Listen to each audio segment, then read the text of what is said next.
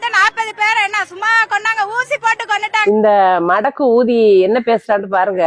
கரூர்ல 41 பேருக்கு ஊசி போட்டு கொண்டுட்டாங்குது. ஏமா எங்கடமா போட்டாங்க? பெடெக்ஸ்ல போட்டாங்களா இல்ல கையில போட்டாங்களா? அறிவு சார்ந்து பேசுறீங்களா? நீங்க அறிவே இல்லாம எல்லாரும் பேச போய் உங்க தலைவர் வந்து திமுக திட்டவும் நீங்க இப்படி கை விட்டவும் ஊசி யாருக்கடி போட்டாங்க?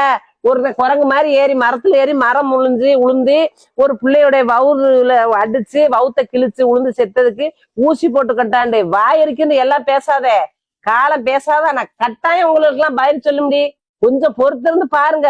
நீங்க எல்லாம் வந்து ரொம்ப ஆணவத்துல இருந்து ஆடுறீங்களோ. அண்ணன் அந்த அளவுக்கு உங்களுக்கு ஊக்கப்படுத்திட்டாரு.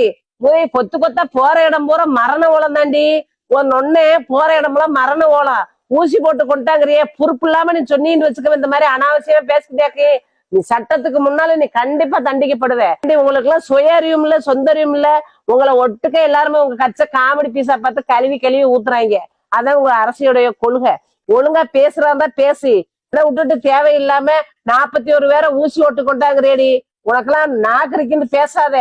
ஆனா காலம் பேசாது. காலம் தான் கடவுள் பேச மாட்டான். ஆனா கட்டாயம் உங்களுக்கு எல்லாம் பதில் சொல்லுவாண்டி. என்னடி வாய்க்கு வந்தவெல்லாம் ஏதோ பேசிக்கிட்டு தெரியல. என்னதான் உங்க மனநிலை? அடைய முத்தி போன பைத்தியமா நீங்க எல்லாம் ஊசி ஓட்டு கொண்டா. இவளையெல்லாம் என்ன செய்யணும்? உளவுத்துறையை விட்டு இந்த மாதிரி சொல்றாலே இவளுக்கு சொல்லி கொடுத்தது யாருன்னு சொல்லி கண்டிப்பா இதுக்கெல்லாம் ஆய்வு பண்ணணும். விட்டோம்னா இன்னுமே முத்தி போயிரு பைத்தியங்கள்லாம் சேர்ந்து.